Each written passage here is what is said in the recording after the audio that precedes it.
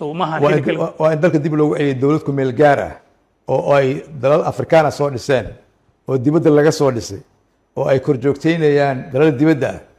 waa ka nimid waa mihiga iyo wixii mataqaan ka horeeyay waxay u doodeen waa kaas golaha mustaqbalka ee Soomaaliya warqad furan ayay u direen madaxda dalalka ay ciidamada ka joogaan ee Soomaaliya waxayna ka codsadeen in la dhiso golo ku meel gaar oo si wada jira u maareeya marxaladda kala guurka ee dalka gaar arrimaha dastuurka iyo doorashooyinka intaba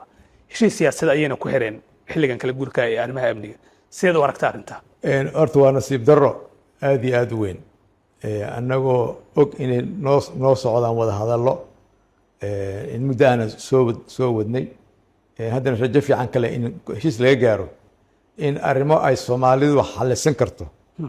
ay u dhoofiyaan ama ay u geeyaan mataqaan dalal dibadeed oo waliba amnigii iyo dowlad iskii Soomaaliya ay soo waday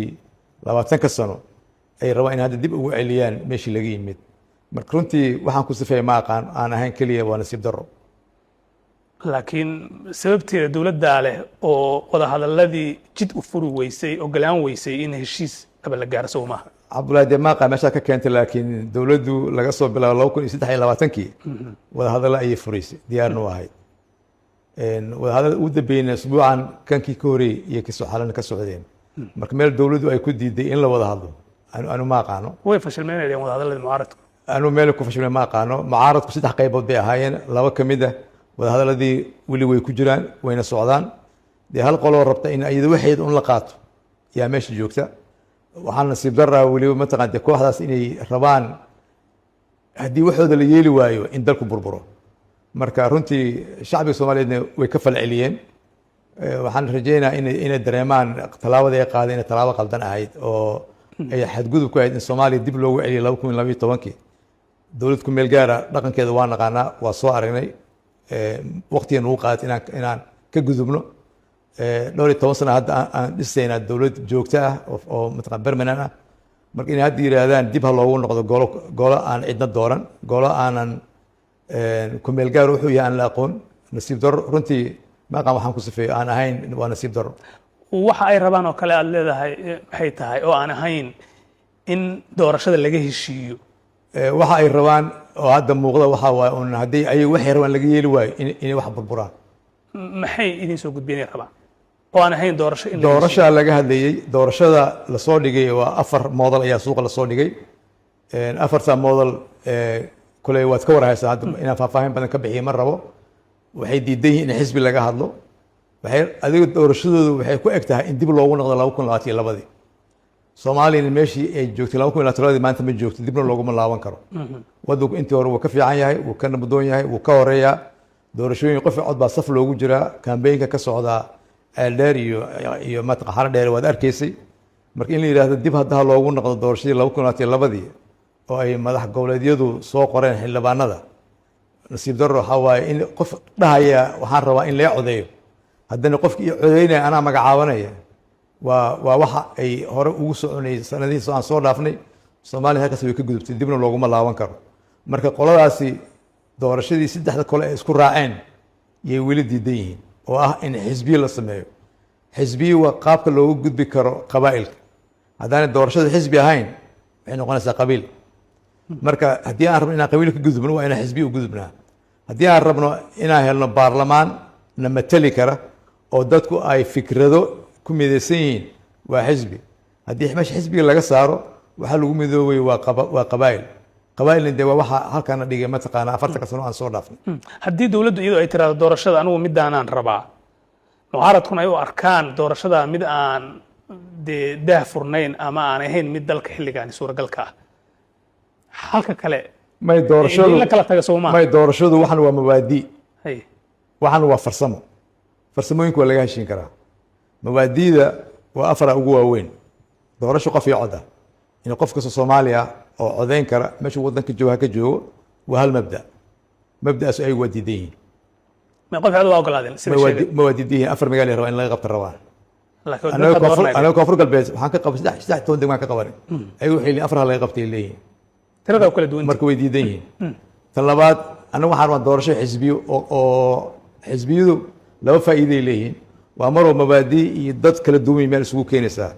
waa mar xigtana baarlamaanka maamulkiisa fududaynaysaa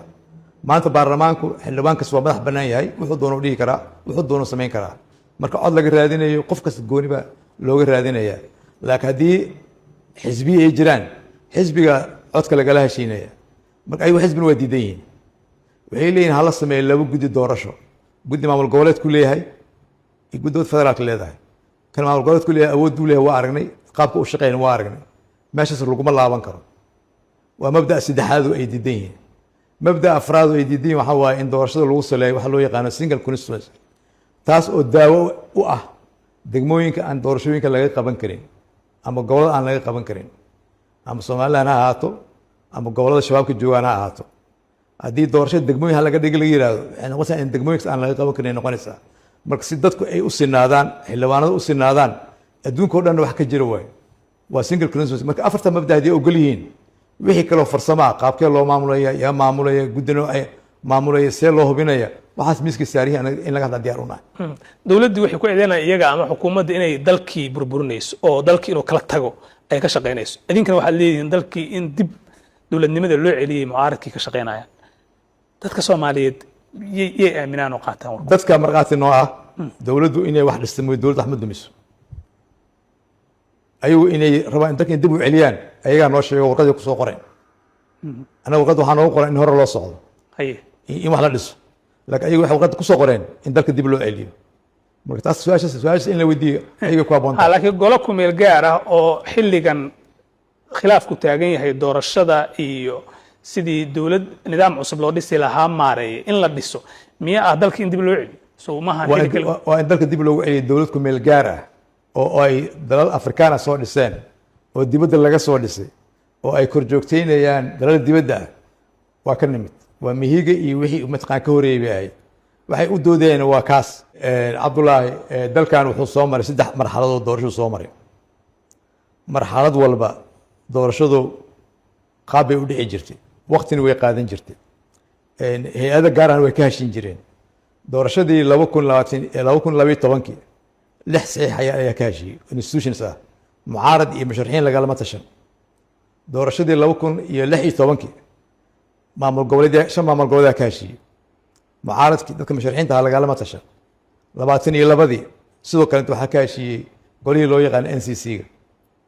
oo ah dadka xukuma maamulada xukuma mucaarad lagalama tashan annaga waxaan diyaar u nahay mucaaradka aan kala tashan waa u bandhignay waxaan irsaana rabnaa inaan wadankii aan u wadno wixii idinka qaldan noo sheega inay yiraahdaan dalka dib ha loogu celiyo 2022 haddaan laga yeelin waxa dib ha loogu celiyo 2012 wixii ka horeeyay doodadu waa taas marka waxaan jeclaan lahaa su'aas ay weydiinayso in ay iga weydiiso marka heshiiska adinka miyaadan ma diidan iyaga diidan leedahay anigu heshiis ma diidan anigu heshiis waa ogol lahay mabaadi'da waa ogol lama gortami karo anigu qof cod kama gortamayno xisbiga kama gortamayno mataqaan hal guddi waxaas laakiin guddigii yaa noqonayo yaa xubno ka noqonayo qaabkee loo dhisayaa maxkamad noocee guddi noocee hubinaya qalab noocee lagu shaqeynaya waxaas waa wax mataqaanaa farsama diyaar una mataqaanaa in laga heshiiyo way dawladda Kenya waxay dalkeeda u diiday inuu galo wasiir dawlaha xafiiska madaxweynaha ama wasiir dawlaha madaxtooyada